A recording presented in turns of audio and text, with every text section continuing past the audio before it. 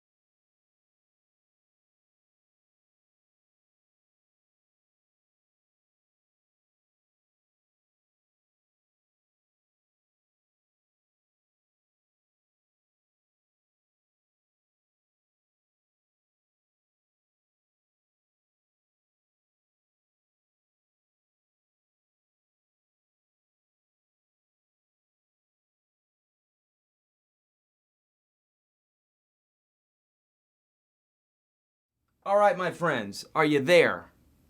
Are you there? Let me know if you can hear me. I apologize for that.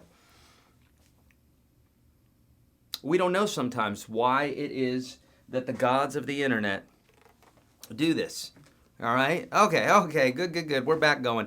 Now, that might happen sometimes, and I think I freak out and I run into the control room because I don't have Chris right now, so I'm running solo, but I promise you this.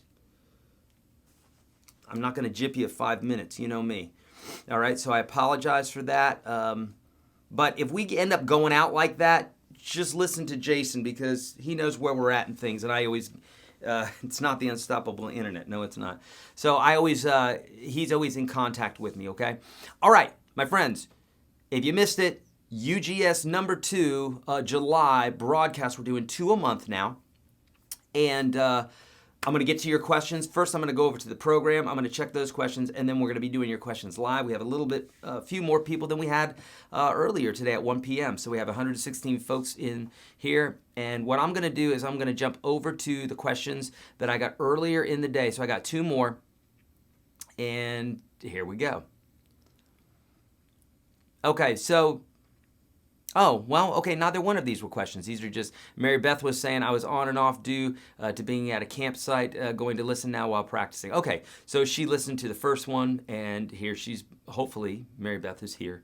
Oh, there she is right there. Hi, Mary Beth. All right, let's go. All right, so we can dig into some questions right here within the chat.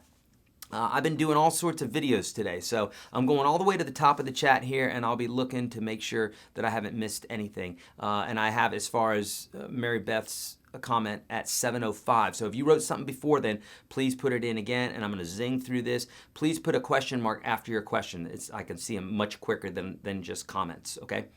Cool. Here we go.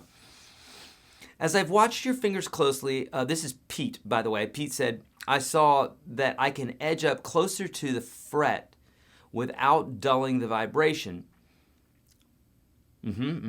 I just discovered that I need to apply far less strength. Exactly, just a feather touch in comparison. Exactly. Can you comment on our tendency to overcompensate or misinterpret what other online guitar instructors have not explained as clearly as you do in reference to the necessary amount of pressure and precise fingertip spot for fretting? Well, number one, Pete, that is an amazing question and very detailed, and I love the way that you just all of that. So thank you so much. So what Pete is saying that he discovered is that as I'm playing up closer to these frets, right? Let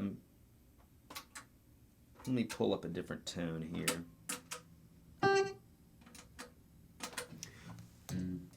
Okay, so as I'm closer to the fret here, right? I could be back here. This is the 3rd fret, and in fact, let me grab this shot for you here. So if I'm here at the 3rd fret, okay, 1, 2, 3, okay? And the closer I am to the fret wire, that's the fret wire, the closer I am to that fret wire without going over the fret wire, the less hard I need to press down. I can apply minimal pressure as opposed to being way back here where I have to apply more. Why is that? Well, because we're pressing down. This is what we're wanting the string to make contact right here on this fret. But if we're way back here, it's kind of like if we were using a shovel as opposed to choking up on the shovel, choking up on the shovel and being able to dig. It'd be like holding it at the very tip of the shovel and trying to dig. You wouldn't have any leverage and it'd be really wobbly, right? So we don't want to do that with the guitar either. So here I am. Now watch this. I'm playing that very, very lightly. Now if I back off of it,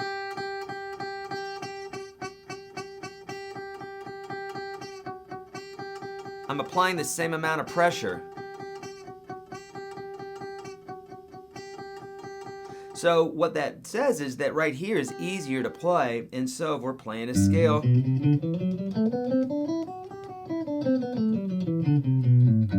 right, I can play it very nicely and cleanly by being close up to the fret. Now if we go too far over, that can be an issue, right? So Pete's saying he showed that, or he discovered that by watching closely how I was using my fingers. And the question is, can you comment on our tendency to overcompensate or misinterpret what other online guitar instructors have not explained as clearly as you do, thank you, in reference to the necessary amount of pressure and precise fingertip spot for fretting? Yes, and since we really can't measure it, I mean, I suppose we could if we got a bunch of meters out here, right? And we all had meters on our hand telling us how much we should press down. But the amount you should press down is the amount to make contact with the fret, for the string to make contact with the fret and nothing more. Now, this takes some time, right, to develop, because in the beginning we're overcompensating, as Pete said, because we're pressing down really hard. When we lack technique in the beginning, we try to make up with sheer strength, and it's kind of this vicious circle, because when you're pressing down really hard, then you're making your technique even worse. This is why we have to practice, and in the beginning it's just so awkward, and it feels like we've got, that we're not cut out for guitar. But I felt that way, and I'm sure many other guitar players have felt that way. I didn't never feel like I wasn't cut out for guitar, but at the same time, it was you look at it and you're like, geez, this should be going faster. But in fact, you've got to practice the right stuff, and then it will. Now, you're saying, can I comment on the tendency to overcompensate? I think people do overcompensate with pressure, or to misinterpret. So, yeah, when you're seeing someone play guitar, I'm sure this is stuff that's misinterpreted all the time, because, if you don't know what they're doing, there's going to be a lot of assumptions, especially if someone's doing a bunch of licks real fast and, we could. There's so many different techniques that we're using here that we might just assume that we should be just like, sliding all around the fretboard when in fact there's real precise movements and that sort of thing. So looking at another guitar player or looking at a guitar instructor and just assuming that they're doing a particular something could get you in a trap, because you're trying to do something that they're doing, and in fact they may not be doing that thing. So, I'd say just as a rule, it's a good thing to know. But honestly, Pete, that's why those first 30 lessons in the course are so important, okay? Is because they really teach you the basics that are used in all genres of music, in all styles, in all rhythm, lead, doesn't matter. They're just basic techniques. It's kind of like yoga is based around some just a few moves, and everything's based off of those few moves to create lots and lots of moves. We're basically doing the same thing here, and that's why I emphasize those basics so much, because if you have those, everything else is stacked upon those. If you don't have those basics, you can't stack anything else. because you don't have anything to stack it on. It's your foundation. Make sense? So that's a great question, Pete.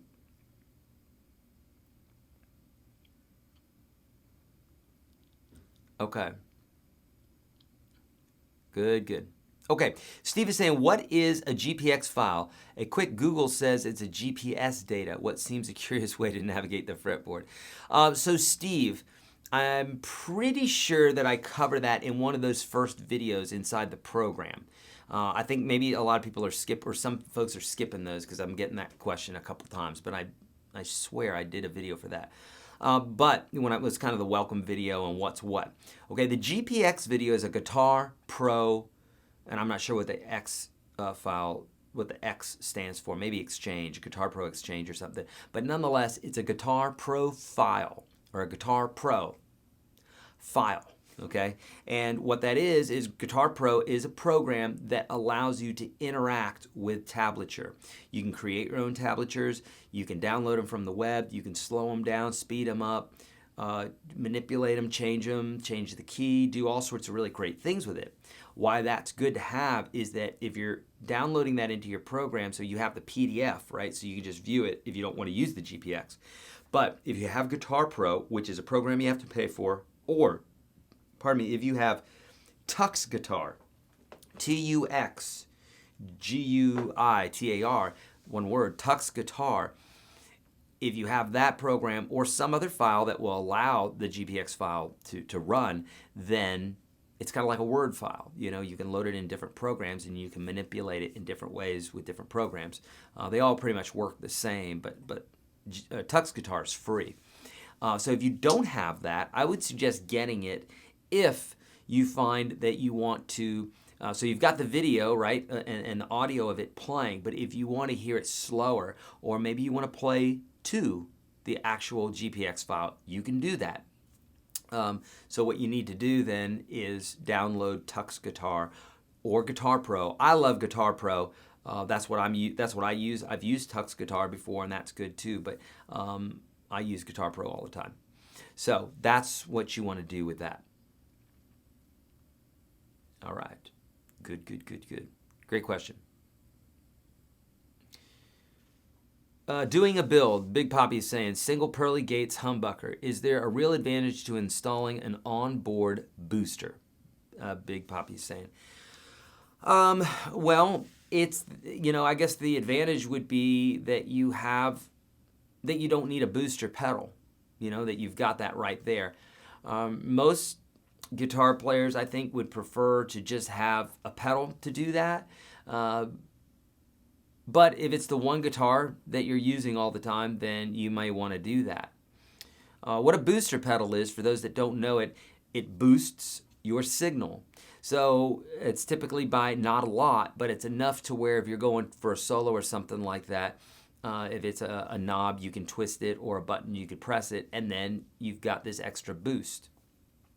I have pedals like that, I've got amplifiers like that, and I've got cables like that, where literally the cable boosts the signal. The reason that I like the pedals and the amps is that I can just hit it whenever I'm going into a solo, or anytime I want the tone boosted. It's very simple, very quick to do, and so I like it to be separate. That's my opinion, though. And really, when it comes to equipment, it's just opinion. Because one guy is going to use it different than a gal. And one gal's going to use it different than a guy, or whatever. You know what I mean? You're just going to use it differently. Okay. So Louise is saying, would you please show exactly how to mute the middle string when playing strings 3 and 1 from Saturday's lesson? Yeah, let's talk about it, Louise. So, and we did this in the first broadcast, too. So there are left-hand muting videos within the Unstoppable Guitar System, and they'll go over the same bit here that I'm about to show you. But now everybody mutes differently, and this is why I specifically don't go into it in that video. I mean, I do have videos on it within UGS, but everybody does it a little bit differently. So now, if we're playing strings 3 and 1, okay, we're playing strings 3 and 1. And I'm going to be picking all 3, 3, 2, and 1. Well, then what we're wanting to be played is the 0 here and the 3 here. Well, then the tip of this finger needs to bump up against the 2nd fret or the 2nd string. So what was this? I'm going to take my 3rd finger here and bump it up just a little bit, or actually, instead of bumping it up, I can do this. I can curl the finger a little bit, and that's usually what I do. Now it's touching that 2nd string. Now I get this sound. And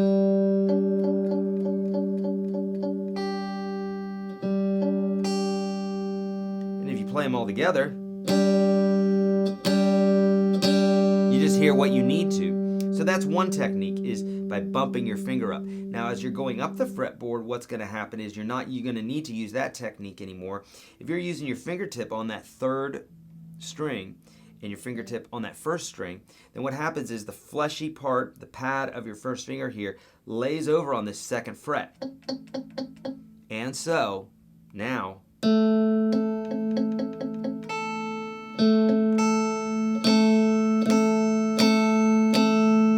so I can move this up.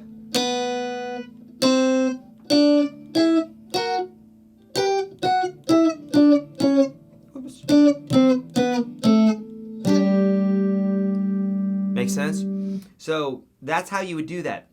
Now, a lot of folks, when they're just doing this at first, they're like, well, that's really awkward. Do you know why it's awkward? It's awkward because you've never done it before, okay? So again, just like any new word we're learning, any new language, any new task, anything like that, it's always going to be awkward. If you can drill this into your head, it's a mantra, okay? Anything new that you do, it's gonna feel alien. Not just guitar, anything. If you're doing a new type of dance, if you're eating a new type of food, how many foods did the first time when you ate it, you were like, this is terrible? And then over a few times of eating it, you love it, right? So, or with music. I mean, it's just, there's so many different things like that. So just, that's your mantras. Just remember that if it feels awkward, it won't feel awkward if you keep doing it, okay? Great question. Thank you, Louise, because I'm sure other people needed that too, you know? Okay, Mark, I saw your question marks here afterwards. So Eric, I'm finding that even though I have good strength in my index finger on an acoustic, I still get buzz on playing the A minor chord. I think possibly my strings are too heavy because I can play it no problem on my electric. Mark, from your description, I would say you probably have some sort of issue with the guitar. It's probably not that your strings are too thick, because you should be able to have thick strings on the guitar if they're normal acoustic guitar strings. But it could be that the nut is just cut a little too short, and a good luthier can use some crazy glue, and I forgot what they use, but basically they can fill the nut in just a little bit to heighten that string just a little bit, and then they can shave it back. But that's one way that they do it. The other bit could be that your neck it's probably not bent, but that the truss rod could use an adjustment, or maybe the bridge needs to come up, or maybe the whole nut needs to come up.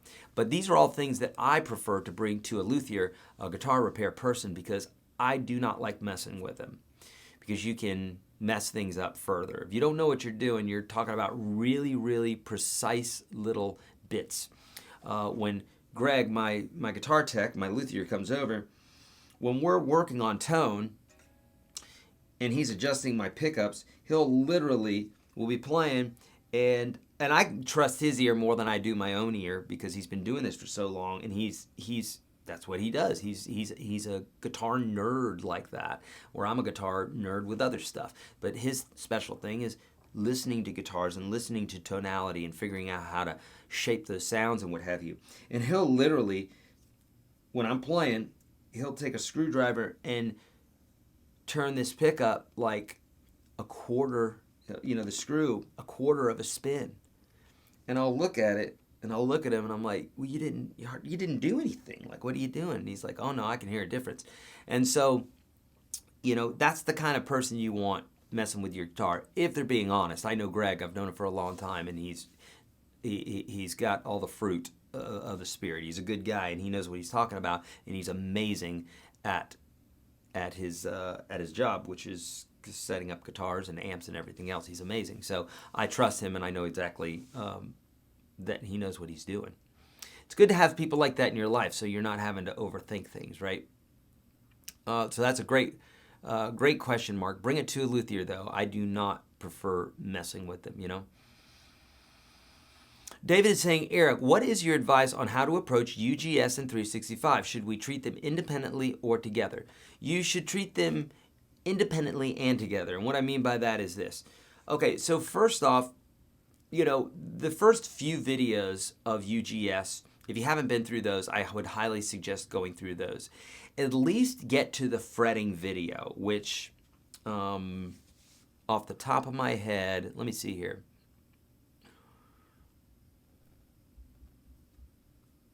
Let's see, the pick rest, basic fretting video is like 1, 2, 3, 4, 5, 6, 7, 8, 9. It's the 10th video in. So I would highly suggest at least doing the first 10 videos inside of UGS. At least understand how to fret, okay? At least start with that. But better than that, if you can go through the first 30, that would be great. And it won't take you very long. They're short videos. The techniques that I'm showing you there are ones that you're going to use for the rest of your life. There's a finger picking one. I think I do have one on hammer-ons and pull-offs when I'm talking about tablature. That may be later on in the program, but I'm not. A great way to do that is to use the search functionality, upper left-hand corner, type in tablature, and you're going to see some of those techniques like hammer-ons and pull-offs. But basically, you just need to know the basic bits, like how to read tablature, which is super easy, right? We just have the strings and the numbers. And I cover that inside UGS. No basic fretting, a basic pick. But other than that, you really don't need to know much because I'm showing you a different way to approach the guitar there.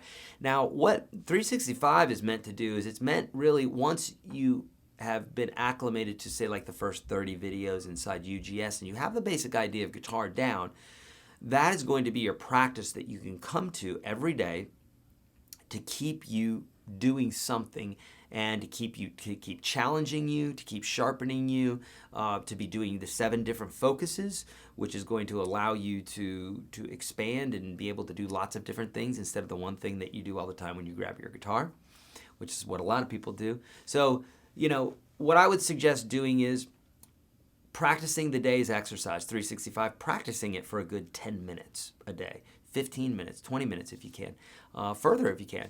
But you don't want to just focus on that. That's just all about fingers, except some of the bits when we're talking about scales and stuff like that. I'm kind of tricking you into knowing some scales. But really, it still has a lot to do with fingers. So we're exercising our fingers, if you will. This were an exercise. We were learning, if we wanted to better our bodies, you could think about the 365 as the actual exercise. It's the push-ups, it's the sit-ups, it's the pull-ups, those sorts of things. Whereas UGS would be learning about nutrition, learning about the different pieces, learning why you're doing the exercises that you're doing in 365. So it's more of the theory behind all those bits and pieces in a broader bit. Whereas 365 is we're literally exercising our fingers. Okay. That's a great question. Great question. I have Guitar Pro on my mobile devices. Would it work there? Jason, is it a file I can download and transfer to my app? Does it work that way or just PC Mac? Mark, I believe that Guitar Pro will allow you to do that. However, mobile devices are not like computers, right? In that a lot of times when you download something, you don't know where it went, where you can always download it to your desktop on a computer. So you would have to, I would guess that you can do this. I'm 99% sure that you could open that up on your mobile devices, but you would need to know the know-how of your specific program on your specific device on how to do that. So chances are if there's like an open menu or file, you know, where you can go there and you can open that, that's how it's going to work. I know, you know, there's no need to have an app if it's not opening up those GPX files, right? So, and I believe I've got Guitar. I don't have Guitar Pro on mobile devices, so I can't say that I've done that. But I have used Guitar Pro within Ultimate Guitar. And so there you just click on a particular tablature and it opens up in Guitar Pro, or their kind of version of Guitar Pro. That makes sense. So I would guess that it does work, but again, when it comes to mobile devices, they still are not quite as robust as a computer, and so you may run into some issues there. Ken, thank you so much for posting that link. Right under, let's see, at 7:18, you'll see Ken posted a link to sourceforge.net, and that's where you can get Tux Guitar. Just whenever you're on a site other than your guitar stage, just make sure if you don't have a Mac, make sure that you have some sort of virus protection. Now, I know that I have downloaded Tux Guitar for years off of SourceForge, me personally, and I never got a virus that I know of. When I was using PC, I would download it from there all the time. So, all that to say, you still want to probably use your virus protection just to make sure, okay?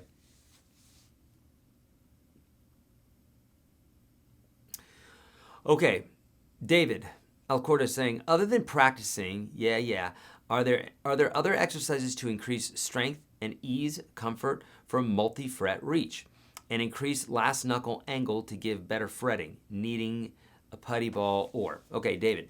Yeah, other than practicing, is there any other exercises? Yes, there's lots of other exercises that you can do. So if you don't have the guitar to do exercises, then needing a putty ball, and I actually talk about this, I have videos on this, some sort of putty, Play-Doh, just anything to keep your muscles moving, to keep them dynamic, to keep them exercising, to keep them stretched out, to keep them moving. You're creating muscle memory, even though you're just doing it with a ball. You're still exercising that. If you don't use it, you lose it. So that also, you can tap out like on a table or something. You can do different combos like 1, 2, 3, 4, 1, 3, 2, 4, 1, 3, 2, 4, 1, 3, 2, 4, 1, 3, 2, 4, or 1, 4, 2, 1, 4, 2, 3, 1, 4, 2, 3, 1, 4, 2, 3. In fact, all of those exercises are inside the Unstoppable Guitar System under, I believe it's exercise 1. If it's not exercise 1, it's further on in the course where I basically give you all these different variations for exercise 1. But I'm pretty sure it's under exercise 1, which is in the first 30. And I give you like 24 different variations of that 1, 1, 3, 2, 4, 1, 4, 2, 3, 2, 4, 1, 3, those sorts of things, all the different combinations. Between those, that'll keep you busy for a few years. All right. Tux Guitar is a great app you suggested. Also, the Practice Guitar for Strength you discussed at 1 p.m. I've got it ordered. Practice Guitar for Strength. Okay, I'm not sure what I mentioned about that. Also, Practice Guitar for Strength you discussed at 1 p.m. You'll have to remind me about that because I don't remember saying anything about that. I don't know what that is, Practice Guitar for Strength. Okay. Eric, an update. I started about a month or so ago. Today I watched Marty guitar video and was able to identify his chords and he was playing. Then play along. I was so tickled. Thank you so much. Love it, Mark. Yeah, indeed. You'll be able to watch other musicians and know what chords they are and be able to just jump right in there if they're in the same tuning. Now, if they're using a capo, obviously you have to compensate or move your capo to the same place. But yes, and that makes things a lot more fun. See, we're using our ears. We're using our eyes, we're using patterns, we're using music theory. And what happens is when you're playing music and as you're starting to immerse yourself more in this world, there's so many different angles that you can look at it. And when you're well equipped with all these different angles, then when one fails you, the other can take over. Or 2 can take over, or 3 can take over, or 4. And when you're doing that, then the world's your oyster. You can, you'll look like a magician on the guitar. So yeah, super good. That's why I always like looking at things in different angles. A lot of guitar teachers or players will look at it from maybe one or two different angles. I like to look at things from all different angles, and I still haven't even come close to exhausting all the different ways that I can look at it yet. But for me, it's like with each new thing, I learn something new if I look at it from a different angle. For instance, if I just say, okay, learn all the different forms of the pentatonic, right? And you're starting with one. And then I say, okay, now form 2. And we're learning our 5 different forms. That's one way. Then we could also do know one form, know them all. It's a video that I've taught where I say, well, if you know one form, you can duplicate that. And you can just, continue to duplicate that wherever there's an A. In this case here,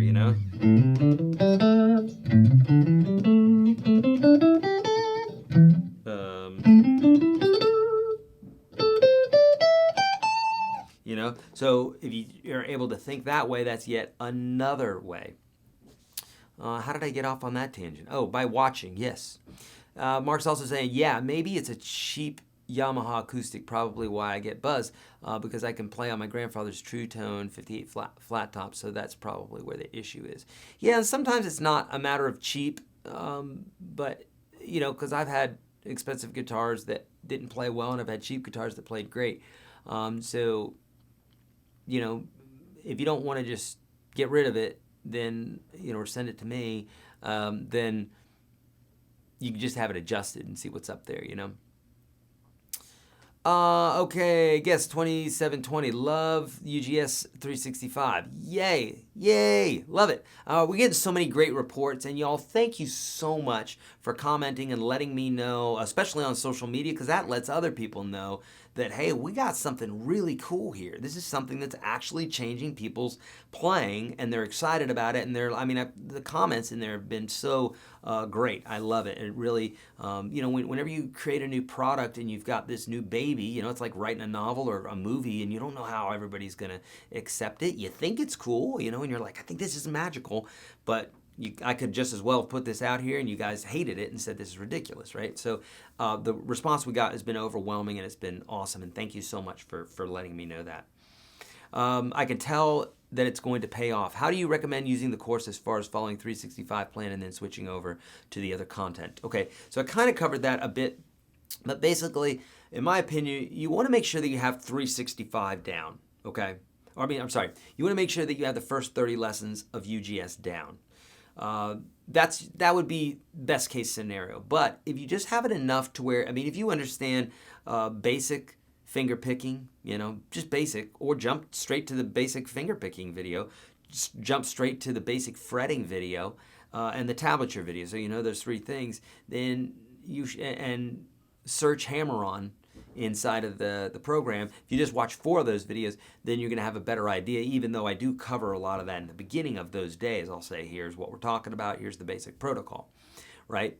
So in essence, 365 can just be used totally separately, almost like, here I go, I'm going to go to the gym and work out. Here's what I need to know. When you're at the gym, you're not typically reading about nutrition, you're not talking to a doctor about why a certain exercise, or I should not say not a doctor, but a fitness guru, a coach. You're not talking to them about why a particular exercise might be good for you, for tendons and muscle strength and stuff. When you're at the gym, you're working out. No time for talk, workout. But you can think of UGS as kind of like you're meeting with those coaches, you're meeting with those dietitians, you're talking about all this stuff, so that when you're geared up there, then you can be like, great, now let's apply this, and in 365 you're applying it. We can still apply it. We don't necessarily need 365, but 365 was meant basically to get people to constantly pick up that guitar, to constantly be pushing their boundaries, right? Get outside that comfort zone. There's nothing good inside your comfort zone. You know it all already. The stuff you want is always outside your comfort zone, okay?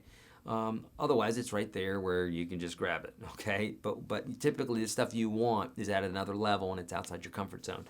That's not just a saying; it's just true. So that's what I would suggest doing. 2720 is just doing that. you can go back and forth. I would say set a time aside every single day to do 365, and then also, and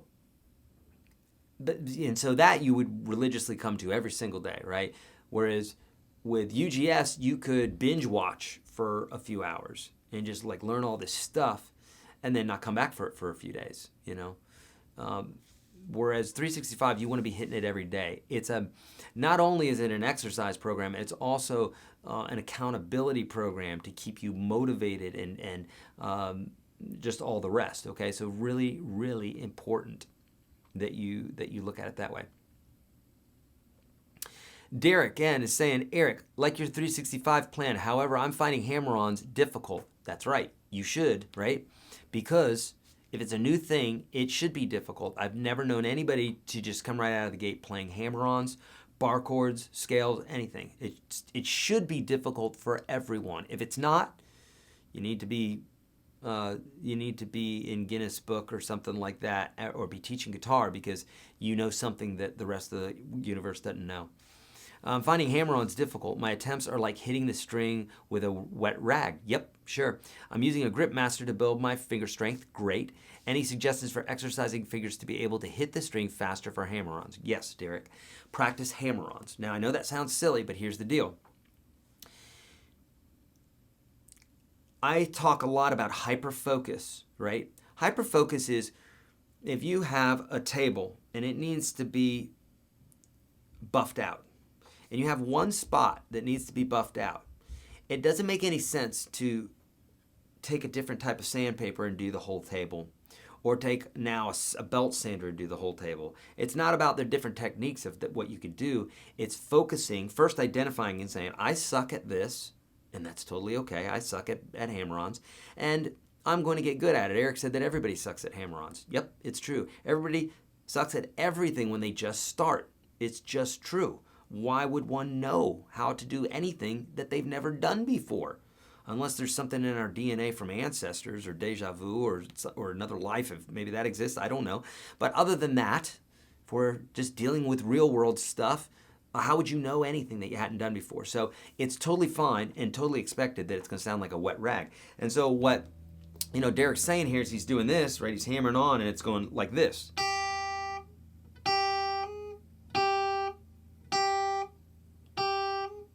And he's not getting that sound. So it has way less to do with strength and a lot more to do with technique.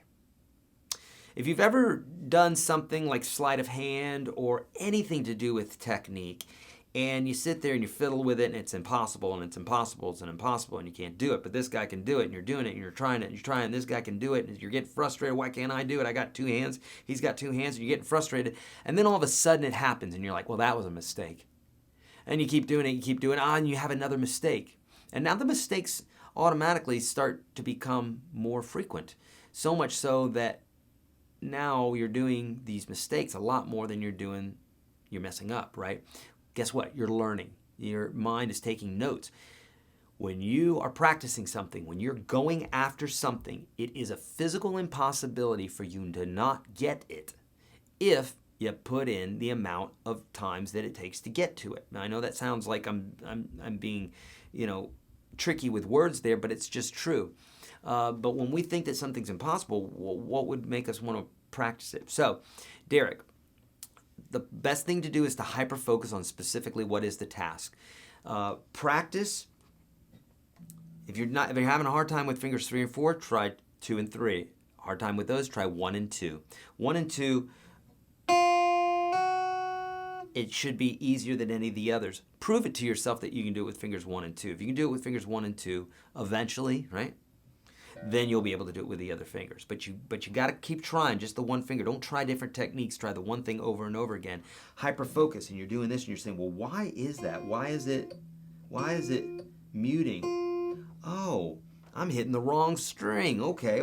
Well, now I'm gonna hit the right string. Okay, but it's still making a weird little noise. Why is that?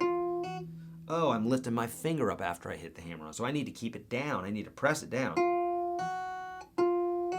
Makes sense? So you're evaluating, you're quantifying, you're judging, you're saying, well, that's not right. Why? But why is that not right? Hyperfocus and ask, why is that not right? What am I doing wrong? Not in a judging way, but in a judging way. You're not beating yourself up, but you just want the answer. So the quality of your questions is going to give you the answers that you're looking for. Get good quality questions there. Okay, that's a great question, Derek. And like I said, it's just keeping on. I guarantee you, Derek, that everything that you're able to do on guitar so far, and maybe it's only a few things, maybe it's 3 things, I don't know, but I guarantee you that a lot of those things you couldn't do in the beginning, and now you are doing them. Okay, so case in point. Great. 365 is great for warm-up. Yep. Okay. All right. Great. Good, super questions. Is there any typo on Monday? Week 2 starts with exercise week 24. Yeah, there is, Drew, and I've been clued into that, so I need to repair that. But since you know what the typo is, just do what you know is right. I think it goes from like 3 to 4 instead of 2 to 4. So you know exactly. Yeah, it looks out of character, and that's because the one note is wrong. So thank you so much for pointing that out. And I need to get right on that too. All right, great questions. Okay, look, Al is using Tux Guitar on Android. Nice, okay. And Mary Beth is using Tux Guitar. Good, okay. Yeah, you got that link there. Just scooch up the top there or search Tux Guitar, you know. Eric, the chord visualization series is excellent. Thank you. I'm an early webcast. You talked about developing an affordable electric guitar. If I am correct, could you give us an update?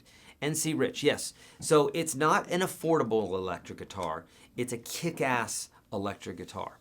So if you want an affordable electric guitar, there's lots of those. This is literally what this is going to be. It's going to be if I took my top 3 or 4 guitars and they all had a baby together.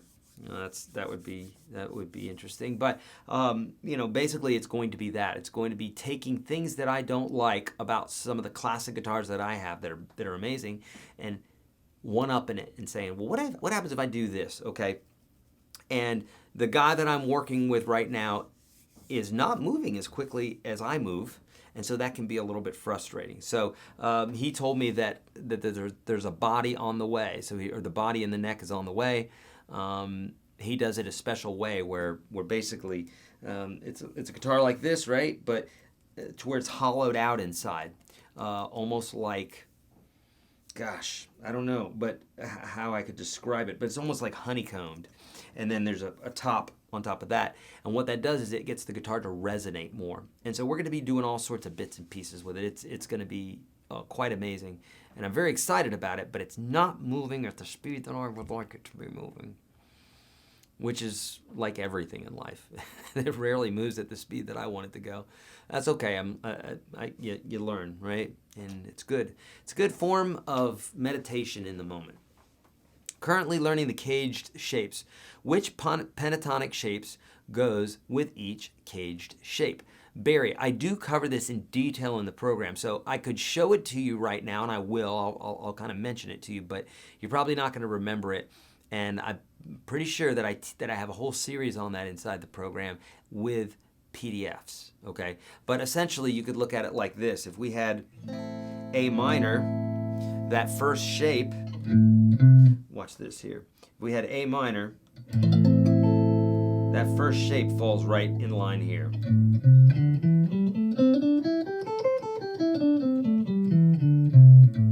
You could also think about, actually, so A minor, so let's talk about the major chords. So the G chord, right? The G from the C, A, G, E, D.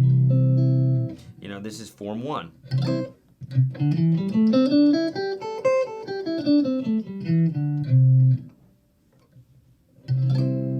Right? So C, A, G, E, so here's E.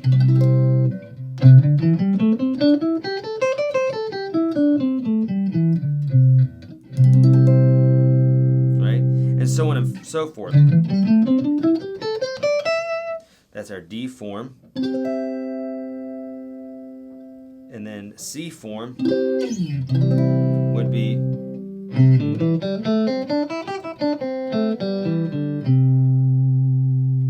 then we have our A form, which would be where we'd say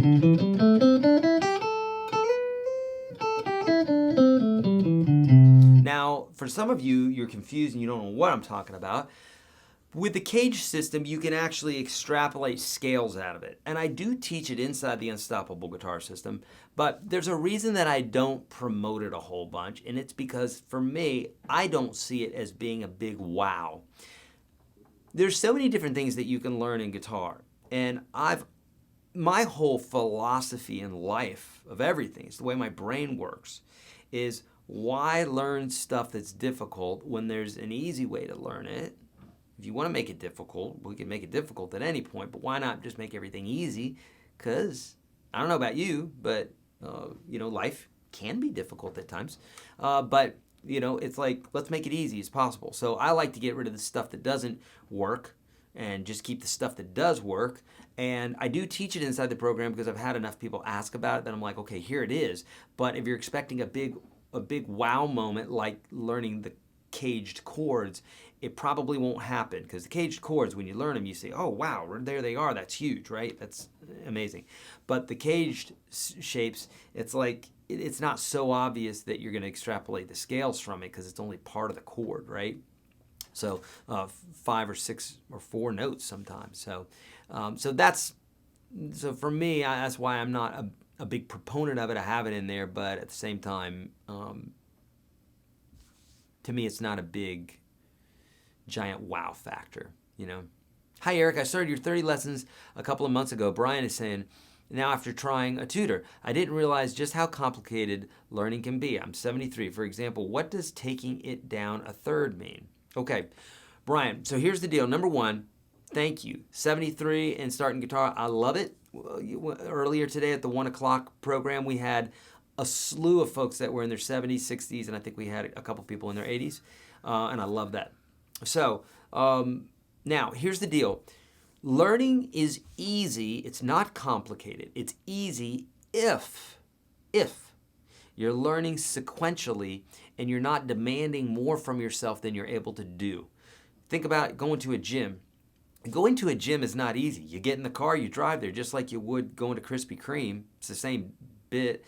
You get out, go to the gym, go walk in, just like you would at Krispy Kreme. Lifting the weights, that might be the part that's a little bit harder than eating a Krispy Kreme donut. But if you can't lift 100 pounds, you don't lift 100 pounds. You try 90. If 90 doesn't work, you try 80. If 80 doesn't work, you try 70 until you find out a good fit. And it's just enough to challenge you. And then you're like, okay, this is where I'm at. No judgment. This is where I'm at. I lift 70 pounds. I stopped lifting for a long time, and then I came back to it, and I was super weak. And I kept hearing that voice, that judging voice, and I said, you got to shut up, because you are where you're at, pal. I'll lift that wimpy amount of weight and lift it as many times as you can.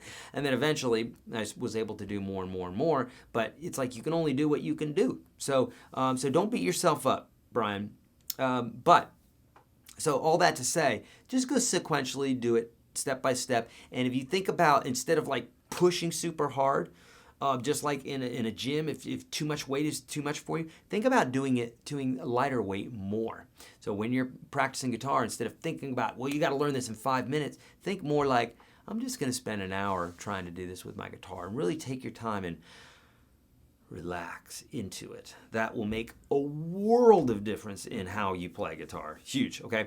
Now, when it means taking it down a third, what that means is going down 3 scale steps. So if you play something up a third, then if I'm playing, something like, if I'm starting on the 1, 2, 3, 4, 5, 6, 7, 1, then going up a third, playing that up a third, I'd start on the 3. 3, 4, 5, 6, 7, 1, 2, 3. So that would be playing a harmony. Same thing if we went down a third. So if we're at the 3, 3, 2, 1, then going down a third would be 1, 7, 6. That would be down a third, okay? Or that may be speaking of one particular note down a third, you know? So, does that make sense? Yeah. So usually it's related to the scale, because if it's not, then it's not going to sound very harmonic. Unless we're talking about one note, then you could be saying it's down a third or a major third or minor third or something. But if you say a third, usually you're referring to the scale, because those notes, major, minor, diminished, augmented, all of those different styles of intervals, and intervals the distance between two notes, it changes according to the scale. We're kind of going down a rabbit hole here, but suffice to say, when someone says a third, they're typically talking about within the scale. So if you're playing a 1, they say play up a third, you're gonna play the third. You know, and that sounds. You have that nice harmony. Does that make sense? All right. Great question, Brian. Don't beat yourself up. All right, seriously. Just take your time with it. Thank you for the kind words, Ken. That's really nice. Good. Mark's hitting the hammer-ons down. Hi, Eric. Just bought a Taylor and loving it, but I live in a very dry climate and concerned about keeping the wood from drying out. I have a sound hole humidifier, but I'm not sure how often I should be redampening it. All the time. As soon as it's dry, you need to dampen it again. Can you offer any tips regarding that? Brad, what I would do is I would check it every few days, and if it's cool every few days, then try it every week, and if that's cool, maybe try every 2 weeks. But basically what you want to do is you want to make sure that you've got kind of an idea as to how dry it is in your area, and then that will tell you how often you have to do it. It's depending on your house, it's depending on where you're located, it depends on the season, depends on the guitar, a lot of different variables. So it's not, it's not like you could set a gauge up even and say, okay, this often. It's one of those things you just have to get the feel of for yourself. You can also buy an in-house, a room humidifier. That's what I use. Great question, Brad. Della is saying, is there a certain way I should hold my wrist when finger picking? So, Della, there's a bunch of different ways you can do this. Some will have their hand will rest on the bout of the guitar here, and they'll hang their hand over. That's kind of the classical style. Other people will plant their heel like this. This is more of like a rock style, like Mark Knopfler, this sort of.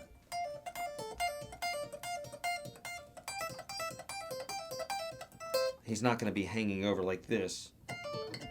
But classical guitar, that's what you would do.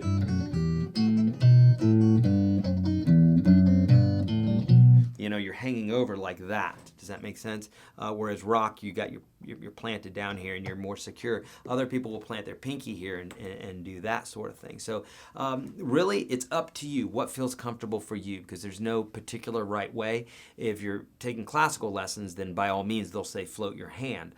But that's just a tradition, and it doesn't mean that you're not still going to be an amazing guitar player. Now, the reason they say that with classical guitars is when you put your hand on the top of the guitar, it doesn't resonate as loud, and I've practiced this before, and you definitely can hear a difference. And back in the day, when you didn't have microphones, and you were playing for an audience in a theater, like, you need that guitar to project, okay, because you didn't have a PA, because there was no electricity, so you needed to do everything you could to get that to project, and that was one of the ways that they did that. And so that tradition carried on with classical guitar. Banjo players have to put their pinky down, and they really suggest putting that ring finger down, because it's also about volume, because back in the day, bluegrassers didn't have microphones, right? Or not. If they did, they just had one microphone and they stepped up to it, but they still needed to be loud.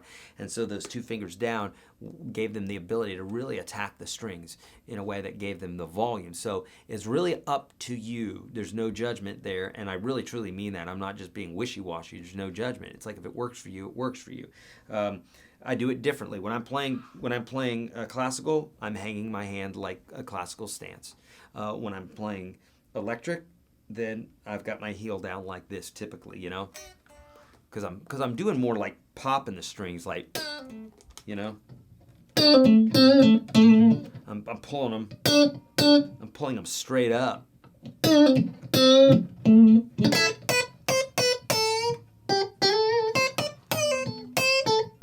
Because that sounds a lot nicer than going, in my opinion.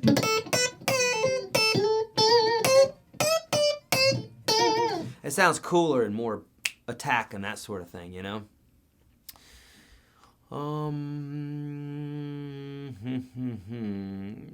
Okay.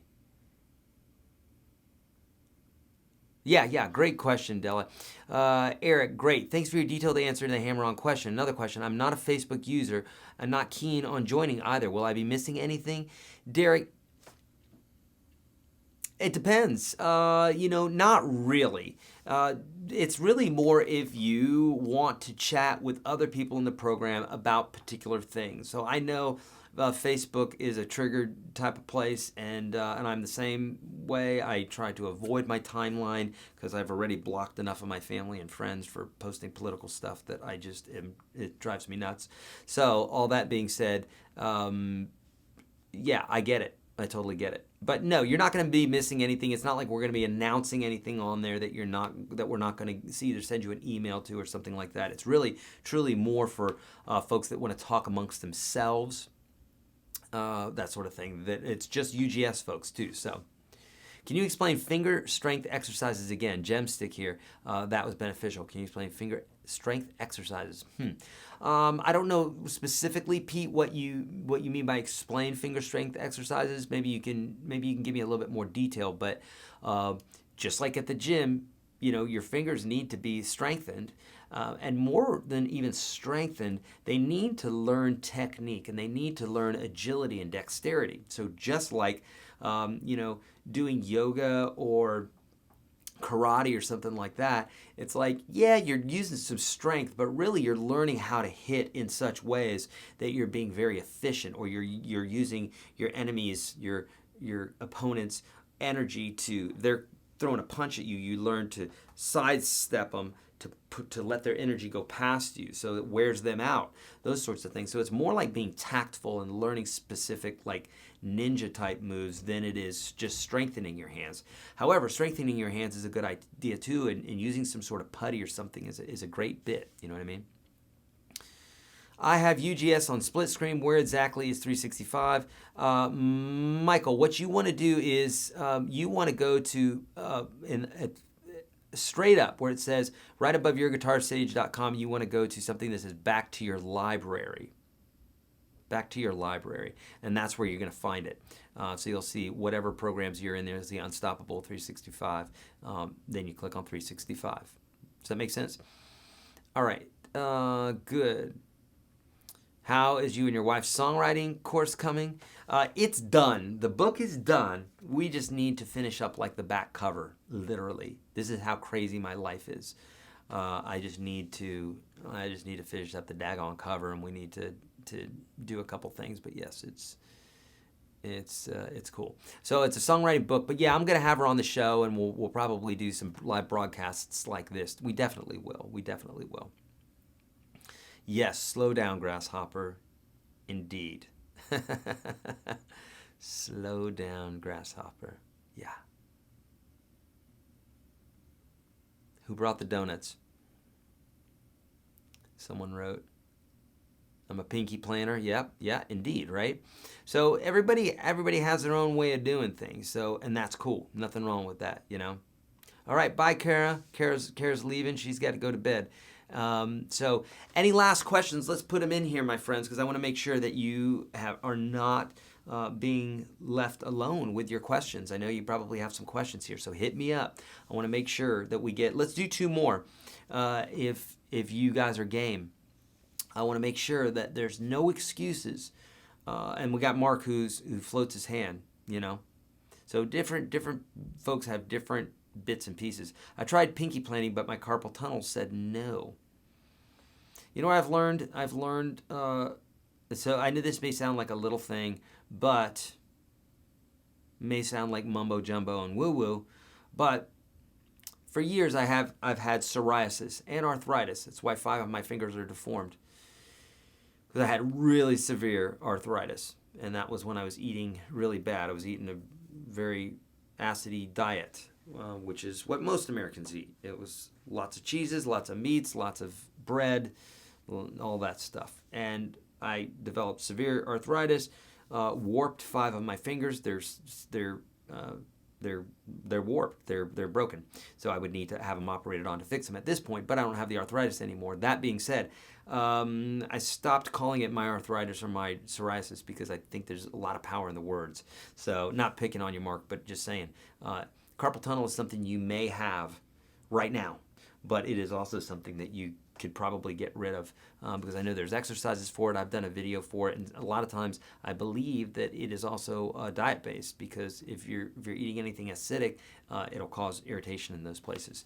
Just my 2 cents, but you can take that or leave that. I will not be offended if you leave it. You recommended a jam stick is what I did. A jam stick, silly putty, and using a capo, the portable fretboard for practicing away from home. Yes.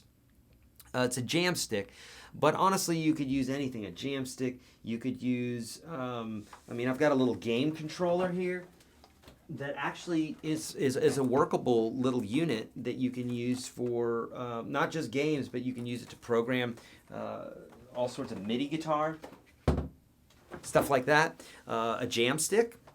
Was it the jam stick? Yeah, the jam stick, but there's also another one. Shred neck. Shred neck's another one, and that one you don't have to plug in. It's this section of the fretboard. Doesn't sound good, but you moves your fingers, you know. So yes, there's more of that you can do, Pete, the better off you're going to be, you know. How often do you do these live videos? David, inside the program, inside UGS, at least twice a month, okay? We will eventually move up to more, but we were doing 1 a month. Now we're doing 2 a month. If something goes wrong in the broadcast, then a lot of times I'll do another one, you know. In this case here, we were only out 5 minutes, so we'll just keep going here. But, and then on Thursdays, we almost always do one. I'm going to do one on Wednesday, and I'm going to do one on Thursday of this week that are going to be bonuses, but those are going to be for everybody. We'll be probably talking a lot about 365. I'll be taking you through the program. We can talk about specifics there if you guys have questions, but I'll be doing that Wednesday and Thursday of this week, 11 a.m. Central Standard Time, okay? That would be, 11 a.m. Central Standard Time. If you guys are here, you know how to work out the time. And then we always do some sort of big live broadcast, typically once a month. So, man, we're doing, 1, 2, 3, maybe 7 or 8 times a month we're doing live broadcasts now, which is great because we only used to do them maybe once a month, once every 2 months or so. We're doing a lot more now. People love them. We can talk in real time, and it's cool, you know. Is there a trick to eating Krispy Kremes while practicing? I hate sticky guitars. Yeah, you put them on your desk and you eat them like this. Okay, that's how to do it. But you're going to have a sticky face. Finger picking. What fingers would you use if you played a G? Does the thumb play both 6, 5, and 4 strings while MIA plays the bottom 3? You got it right, Mark. That's covered in detail in the finger picking video. The first finger picking video, but yes, thumb takes care of those bottom 3 strings. There is a caveat to that, like if you're playing, if you wanted to play what's called inside-outside picking, what I call inside-outside picking. I don't know what the rest of the world calls it. I don't think they call it anything. But I have a video for that too. It's called inside-outside picking because in that case, if you were playing a C chord, your first finger would bump up to the 4th string, and that's okay to do too, both classically and in the pop world. I'm one with a very short pinky and find myself sliding my hand up a little bit to stretch up the 4th fret, especially to the low E. Will this mess me up? Nope. And in fact, I would suggest doing it. It's definitely a technique that is totally doable and legit. Yes. Yeah. Excellent.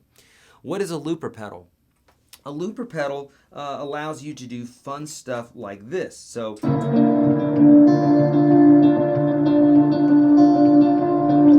So that's something that I recorded earlier and allows me to loop it. So it has a seamless loop. So I hit a pedal and I can start recording, and then I stop the pedal when I want it to stop. And so here I have a seamless loop, and I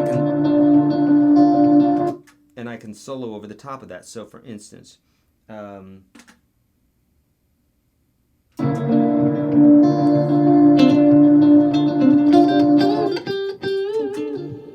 what happened here? Hold on. Hold on.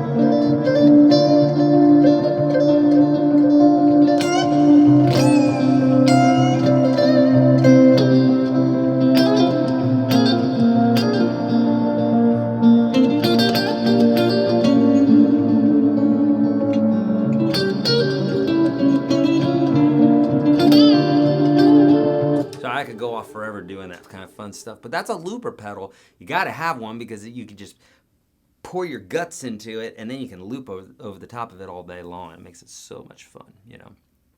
Yeah. Anti-inflammatory supplements. Yep, indeed.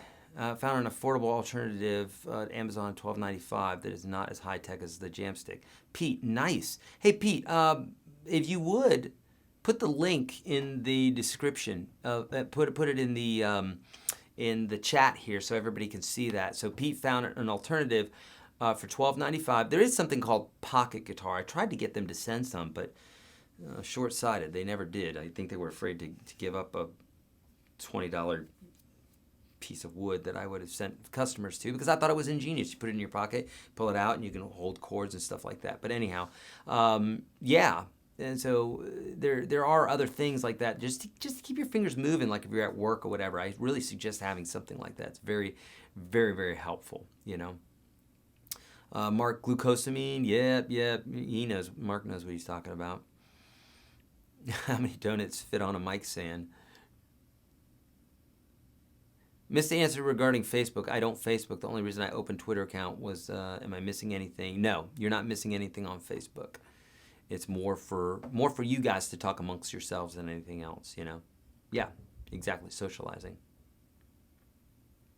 All right. How long can the loop be, and can you multi-track the loop? Yes, you can multi-track the loop, so I can stack on top. I would suggest getting the TC Electronic Ditto pedal. It's a great pedal. It's affordable. I think it's like $100, and you can stack on top of it. It's super small, and it's beautiful. It's just a great little unit, and you can stack on top. You can undo, and usually I think that's about like a minute and a half of looping, maybe longer. Yeah, some can do 5 minutes, but really you only need it for a little bit, you know.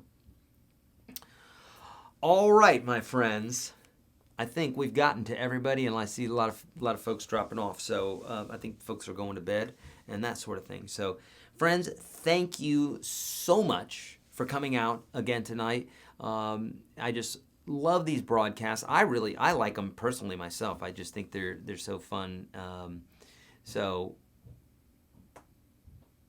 Mike is saying, I have several loopers and struggle with finding how to use it. What is an easy one to use? The Ditto is a real easy one, in my opinion. But you guys, this is my inner sanctum. You guys, I love these times together because I really get to get inside your mind and know what it is you're struggling with, and then that helps me to give you the products and to give you the know-how and the pieces to get you to where it is that you need to go. So thank you so much. I really, truly appreciate you guys being here with me tonight. Hope you got all your questions answered. If not, you know what to do inside the program. Just answer those questions, and I'm looking at those all the time, as well as making videos and doing live stuff and trying to sleep and eat and that sort of thing every now and then. But I love you guys. Thank you so much. And I'm making new videos for you too that are going to be on YouTube and inside UGS and all the rest. So soon, new videos. All right. See ya.